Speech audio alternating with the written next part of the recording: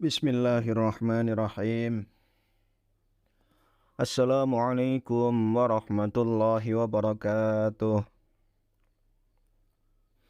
Allahumma lakal hamdu syukra wa lakal mannu fadla wa anta rabbuna haqqa wa nahnu abiduka riqqa wa anta lam tazal lidzalika ahla.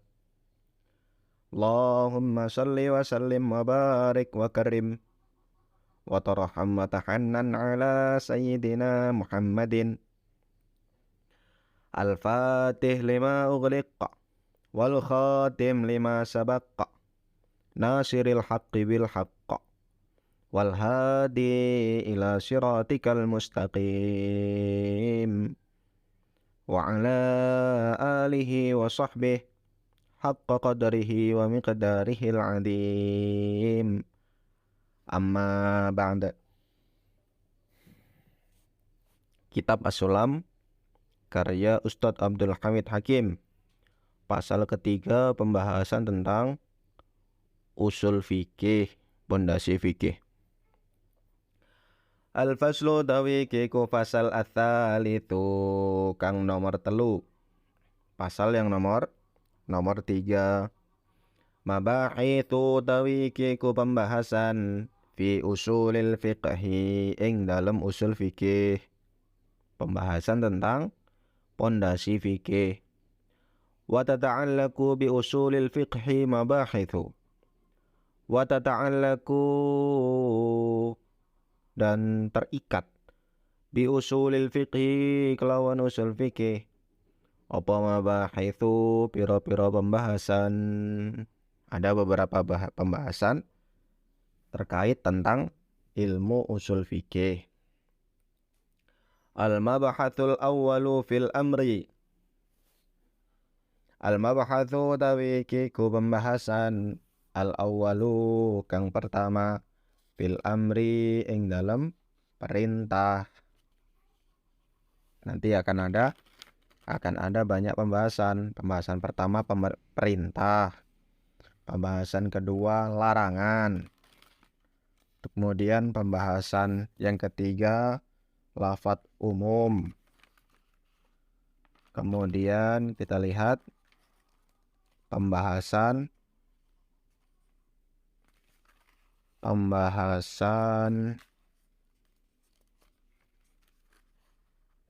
keempat tentang khos dan takhsis. Kemudian pembahasan kelima. Pembahasan kelima ini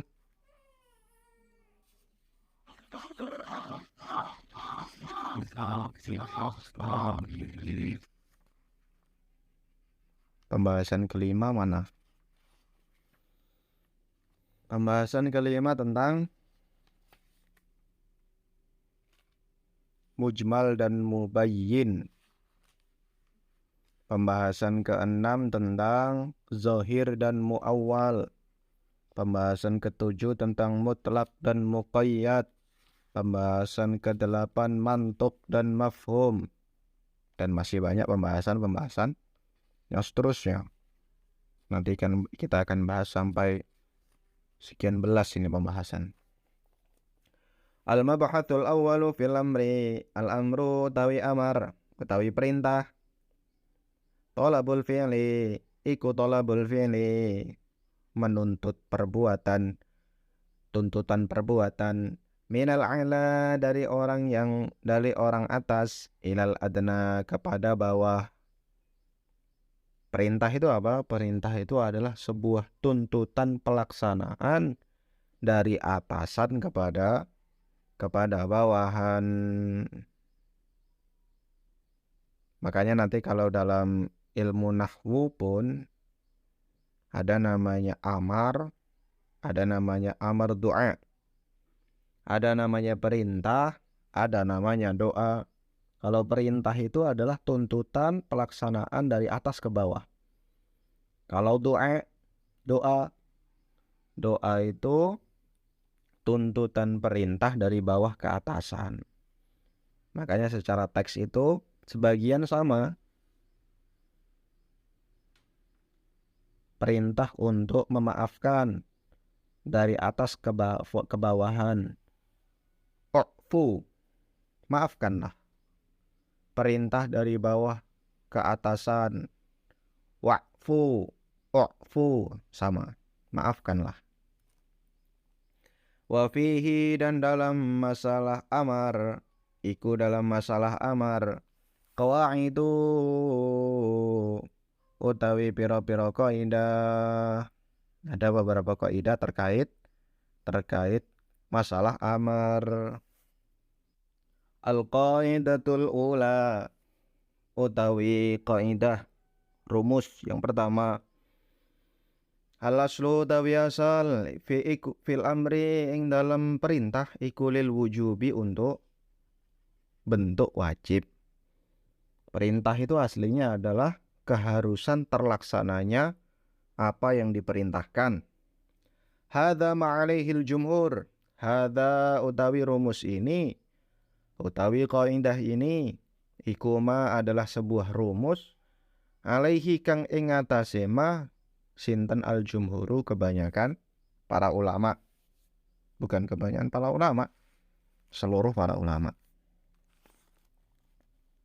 Ini adalah sebuah pendapat, sebuah rumusan yang disetujui oleh para ulama. Wastadallu bidalilil aqli wan naqli. Wastadallu, dan jumhur para ulama berdalil tentang benarnya rumus ini bidalil aqli, dengan dalil akal, wan naqli, dan nakal. Dalil akal itu adalah sebuah pola fikir realistis yang sesuai dengan sebuah rumus. Kalau dalil nakal itu adalah sebuah bukti, sebuah dalil yang membenarkan, yang mana pembenaran tersebut didapat dari Al-Quran dan Sunnah. Amal aqlu, adapun utawi akal, iku fa inna na'lamu min ahlil lughah qabla wurudi syar'i annahum atlaqu ala dhammi abdin lam yamtathil amra sayyidih wa annahum yusaffuna bil isyan wa la yudham wa yusaf bil isyan illa man kana tarikan liwajibin alih. Dalil akalnya itu apa? Fa inna, mongko temestune kita iku na'lamu, mengetahui sapa kita, min ahli lughati, dari ahli bahasa. Jadi bukti akal yang pertama adalah memang penggunaan bahasa yang tepat untuk mempraktekkan rumus ini. Qabla wurudi syar'i, sejak sebelum turunnya syariat. Annahum, bahwasanya manusia, atlaku, membebaskan, memutlakkan sapa manusia, ala dhammi abdin, atas mencela budak, lam yamtathil, yang tidak melaksanakan sapa budak, amra sayyidihi, ing perintah tuannya. Wa annahum, lan taman setuhune, salah bacanya yang tadi. Wa annahum yasufuna wa sofa yasifu wa annahum yasifuna wa annahum, lan taman setuhune manusia iku yasifuna, menyifati sapa manusia ing budak, bil isyani, kelawan maksiat. Dalil yang pertama adalah dalil akal. Dalil akal akan kebenaran rumus ini adalah umumnya penggunaan dalam bahasa tentang perintah adalah menunjukkan wajib. Sudah terbukti sejak zaman dahulu bahwasanya seorang budak ketika tidak melaksanakan perintah tuannya, maka budak tersebut akan dicela dan akan dikatakan sebagai budak yang maksiat terhadap tuannya. Wala yudhammu, dan tidak bakal dicaci sapa budak, wa yusafu bil isyan, dan tidak akan disifati dengan sifat maksiat sapa budak, ilaman, kecuali orang, kana kang ono sapa man iku tarikan, meninggalkan, liwajibin, maring perkara wajib, alaihi, ing atase man. Saya ulangi. Kaidah yang pertama adalah Aslinya perintah menunjukkan wajibnya terlaksana. Ini adalah sebuah rumus yang disetujui oleh jumhurul ulama. Mereka berdalil untuk kebenaran rumus ini dengan dua dalil. Pertama dalil akal, yang kedua dalil nakal. Adapun dalil akal adalah penggunaan bahasa. Bukan hanya penggunaan bahasa. Ahli bahasa menyetujui sejak sebelum turunnya syariat bahwasanya umumnya manusia akan mencela budak yang tidak melaksanakan perintah tuannya. Bahkan mereka juga menyifati budak tersebut dengan kata isyan. Oh, budak ini sedang isyan, sedang maksiat karena tidak melaksanakan perintah tuannya. Dan seseorang tidak mungkin dicela dan tidak mungkin dijuluki dengan isyan kecuali memang dia adalah orang yang meninggalkan kewajiban yang harus ia laksanakan. Karena dalam rumus manusiawi pun yang namanya perintah ketika tidak dilaksanakan, maka secara umum orang tersebut akan dijuluki sebagai orang yang maksiat akan perintah tersebut. Wa amal mangkulu anapun utawi mangkul dalil nakli faqauluhu azza wa jalla iku faqauluhu azza wa jalla adalah firman-Nya Allah azza wa jalla. Ini termasuk ilmu ini. Setiap mubtada yang dimulai dengan amma maka secara umum khobarnya itu mesti menggunakan fa. Jadi wa ammal mangkul faqauluh. Kalau yang atas tadi juga apa sama? Ammal aqlu fa inna na'lam. Jadi nanti kalau misalnya ada mubtada diawali dengan amma, yang ada fa itu adalah khobarnya. Adapun dalil nakal adalah firman Allah Subhanahu wa taala, "Falyahdharil ladzina yukhalafuna an amrihi an tusibahum fitnatun aw yusibahum adzabun alim." Falyahdhar, maka hendaklah hati-hati sapa alladzina, orang-orang yukhalifuna yang menentang sapa alladzi. Maksudnya itu melaksanakan sesuatu yang tidak sesuai dengan apa yang diperintahkan. Arti kata yukhalif itu kalau secara bahasa itu bukan kok ingkar, tapi melakukan sesuatu yang tidak sesuai dengan apa yang diperintahkan. Membedai. Maka hendaklah orang-orang yang membedai, hati-hati, membedai an amrihi dari perintah Allah. Apa yang dihati-hatikan? Antusibahum fitnah.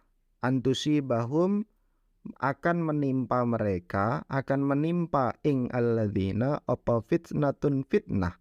Au yusibahum adzabun alim.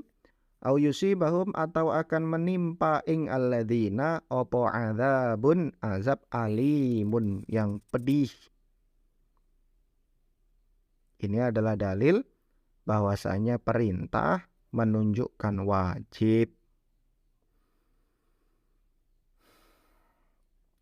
Li'annahu azza wa jalla, karena Allah yang maha agung dan yang maha mulia, rattaba ala tarki muqtada amri isobatal fitnah fid dunya awil adzabil alimi fil akhirah.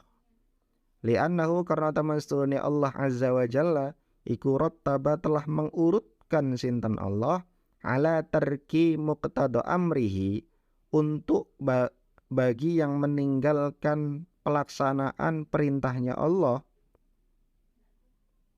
tertimpanya isobatal fitnati, tertimpanya fitnah fid dunya ketika di dunia, awil adzabi atau tertimpanya azab al alimi yang pedih fil akhirati di akhirat. Sehingga kalau misalnya ada orang tanya bagaimana hubungan antara fitnah. Seandainya ada orang yang tanya bagaimana hubungan ayat fal yahdhar ini dengan al aslu fil amri lil wujub, jawabannya adalah li'annahu azza wa jalla rattaba ala tarki muqtada amri isobatal fitnah fid dunya awil adzabil alimi fil akhirah. Sesungguhnya Allah Subhanahu wa taala telah mengurutkan akan adanya balasan bagi orang yang tidak melaksanakan perintahnya Allah. Balasannya apa? Isobatal fitnah ketika di dunia. Yang kedua, au isobatal adab alim fil akhirah, di akhirat. Wallahu alam. Wa qad tusta'malu sighatu uf'ul, sighatu if'al, sighatu if'il fi aujuhin. Wa qad tusta'malu, dan terkadang digunakan sighatu if'al, bentuk if'al. If'al ini wazan fi'il amar, maksudnya itu adalah kata perintah. Fi aujuhin, untuk beberapa pengertian, beberapa bentuk pengertian. Terkadang lafadz perintah juga digunakan untuk beberapa pengertian, bukan hanya untuk wajib. Berarti yang di atas tadi adalah rumus umum. Rumus umum, perintah itu menunjukkan wajib. Terkadang digunakan untuk menunjukkan perkara-perkara lain. Contohnya yang pertama. Yang pertama adalah untuk makna doa, makna permohonan. Qaulihi ta'ala, seperti firman Allah Ta'ala, Rabbana atina fid dunya hasanah wa fil akhirati hasanah wa qina adzabannar. Ini salah satu contoh doa, dan ini juga termasuk doa yang sering kita panjatkan. Kata ati dalam lafadz atina, kalau kita buka di kamus, artinya berikanlah, datangkanlah. Cuma kan kalau perkataan hamba kepada Tuhan,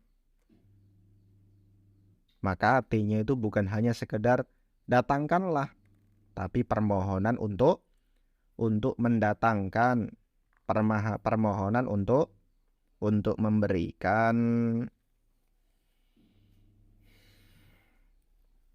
Rabbana, wahai Tuhan kami, atina, kami mohon, berikanlah ing kami, fid dunya, ing dalam dunia, hasanatan, ing kebaikan, wa fil akhirati, lan ing dalam akhirat, hasanatan, ing kebaikan. Wallahu alam. Yang kedua, lit tahdid, untuk mengancam. Kaqaulihi ta'ala, seperti firman Allah Ta'ala, i'malu ma syi'tum, i'malu, berbuatlah sapa kalian, ma ing perkara, syi'tum kang karsa sapa kalian. Berbuatlah apa yang kalian mau, kerjakanlah apa yang kalian inginkan. Maksudnya itu bukan kok supaya dikerjakan, tapi supaya diperintahkan. Jadi memerintahkan sesuatu yang mana tuntutan pelaksanaannya adalah lawan dari apa yang diperintahkan. Sama seperti kita lihat anak kita mainan hujan, mainan air. Habis mainan air masuk angin. Lalu setelah sembuh dia mau mainan air lagi. Terus kita ngomong, mainlah air. Nanti demam. Maksudnya itu bukan kok supaya anak kita mainan air. Maksudnya adalah supaya tidak mainan air. Itu makna tahdid. Nanti secara bahasa, tahdid ini cari di kamus lagi. Mungkin artinya bukan mengancam, ada teks yang lebih tepat daripada kata mengancam. Wallahu alam. Yang ketiga, lil ikrami, untuk memuliakan. Kaqaulihi ta'ala, seperti firman Allah Ta'ala, udkhuluha bisalamin aminin. Udkhulu, masuklah sapa sira kabeh, ha ing surga, bisalamin kalawan salam, aminina, dalam keadaan aman. Masuklah surga dalam keadaan aman dengan mengucapkan salam. Nanti kalau misal bertemu dengan ahli bahasa, lafadz ikram menggunakan makna perintah ikram dalam lafadz udkhul itu bisa, kalau menurut saya pribadi itu hampir-hampir mirip lah dengan perintah secara umum. Yang keempat, ta'jiz, melemahkan, menunjukkan ketidakmampuan. Qaulihi ta'ala, seperti firman Allah Ta'ala, fa'tu bisuratim mim mithlih.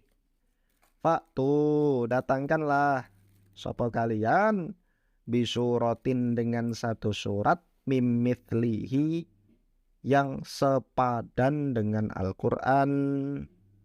Jadi ini ceritanya orang-orang kafir yang menjelek-jelekkan Al-Quran, lalu ditantang oleh Allah untuk mendatangkan satu surat yang mirip sama Al-Quran. Bukan kok perintahnya supaya betul-betul buat, bukan. Maksudnya itu menunjukkan akan ketidakmampuan orang-orang kafir untuk mendatangkan lafadz tersebut. Yang kelima, tafwid. Tafwid itu pasrah. Qaulihi ta'ala, seperti firman Allah Ta'ala, faqdima antaqat. Ini kisahnya itu ada orang mukmin. Ada orang mukmin ini mau dizolimi oleh orang yang zolim. Karena memang sudah yakin akan kepastian kemantapan imannya, akhirnya itu pasrah. Faqdi, putuskanlah sapa sira ma ing perkara anta kang utawi sira iku qadin, bisa memutuskan. Maksudnya itu ya terserah kamu lah, kamu mau ngapain, pasrah. Kemudian litahlif. Tahlif ini apa artinya? Bentar, cari dulu. Talhif kalau dalam Kamus Munawir salah satu maknanya itu untuk menunjukkan makna duka, makna sedih. Qaulihi ta'ala, seperti firman Allah Ta'ala, mutu bighaithikum, mutu, matilah kalian, bighaithikum, dengan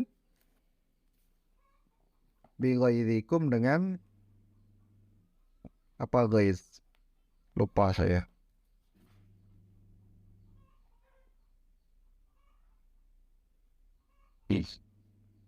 Bighaithikum, dengan kemarahan kalian, dengan kesusahan kalian. Wallahu alam. Cukup, udah 23 menit.